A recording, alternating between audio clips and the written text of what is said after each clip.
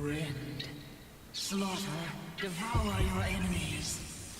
There is no other way to survive. You cannot escape your hunger, warriors of purgatory. And with that, everyone, welcome to my next project. I just took my headphones off in case there was a lot of noise in the microphone. So yeah, Shin Megami Tensei Digital Devil Saga, let's go. There are a few things that I want to mention, of course, before we get going for realsies. These games, well, there are two, of course, Digital Devil Saga 1 and 2, and they are, well, the narrative is a direct sequence. Well, I don't know if that's a very good description, but the events in Digital Devil Saga 2 follows instantly from the events of Digital Devil Saga 1. So what I'm going to do is play them both in sequence on this same playlist to, keep it all together. Also, the rather more salient point, for all of us, well, for those of us who like polysyllabic words, these two games, well, just, maybe this game, because that's where it all started, the first of the two, is the second most disturbing game I've played, actually, and you saw hints of that in the intro here. Well, and they set the tone in the very first thing they even, well, in the very first words that were spoken in the intro. Rend and slaughter stuff. So yeah. A major part of the gameplay here is, well, okay, maybe it's not such a big deal. I mean, they only really show it here in the early parts of the game, like the first 30 or 45 minutes or so. You eat the monsters you fight in battle. There is really no, well, no silver lining here, or just no way to wrap it up kindly. Yeah, you eat your enemies, literally. Well, maybe not in real life, but in the game. So, yeah. That is one reason as to why it is a very disturbing game. Also, as it seems to be sort of customary for Shin Megami Tensei games, yeah, end of the world stuff, basically, and an extra mindfuck. Basically, that's delivered in the first third of the second game. Now, as you're probably wondering, since there are two games here, will you be able to use your DDS1 save data in DDS2?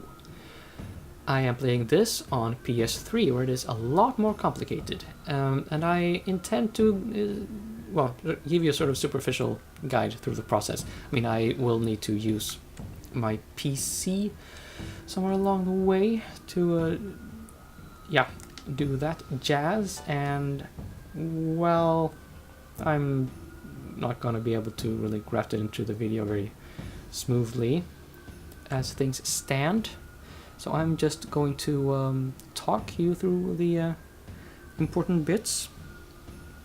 And yeah, I'm too lazy to hook up my external hard drive, so that's another thing.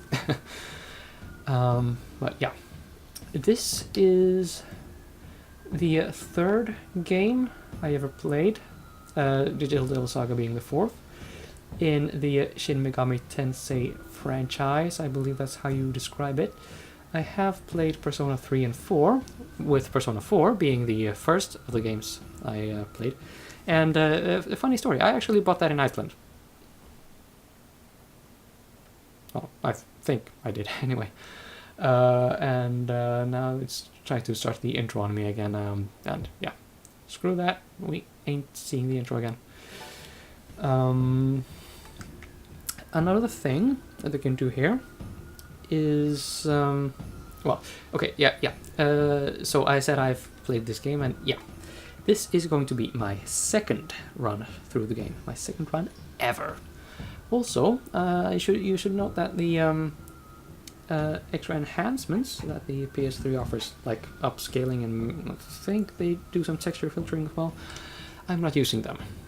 This game is played at the original resolution, such as, well, I mean, it's played at the resolution I get naturally on the PS3. I am not messing around with anything, no emulation.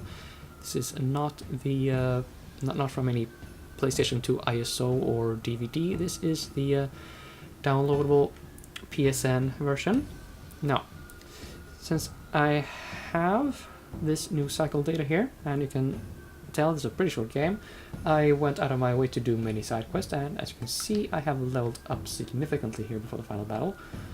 Well, it's significantly for me at least. This is the stuff. Well, this is where I was before going out on the sub quests, 55 hours something.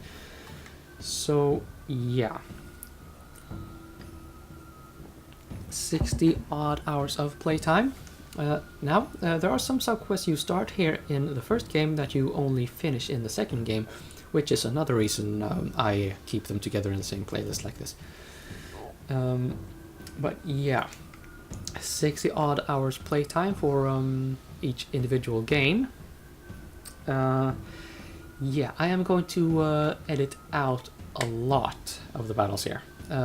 This is a dungeon crawler game. Maybe that's not new to whoever's watching this, but you should note that besides the dungeon crawling elements of the Persona 3 and 4 games, this is the first dungeon crawler, like true dungeon crawler, I've played since Shining and the Darkness.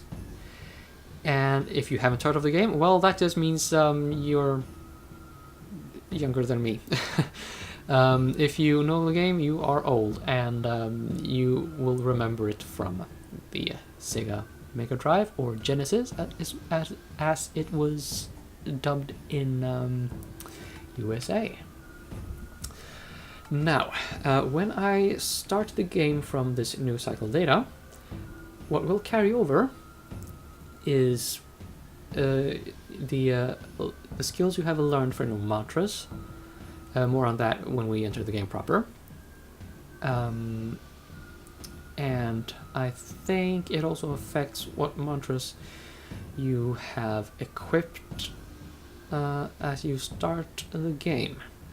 I think that's how it works. I actually do have the list here in my guide that I'm following. I'm following that just so I can, get everything right. I kind of like to get everything right when I'm doing it in public, as it were. So that is basically it. To start from new cycle, you do not press new game. You choose a load game and start from the new cycle data, and this will drop off at the intro. Now there will be some information, I think, or no. Okay, let's just go.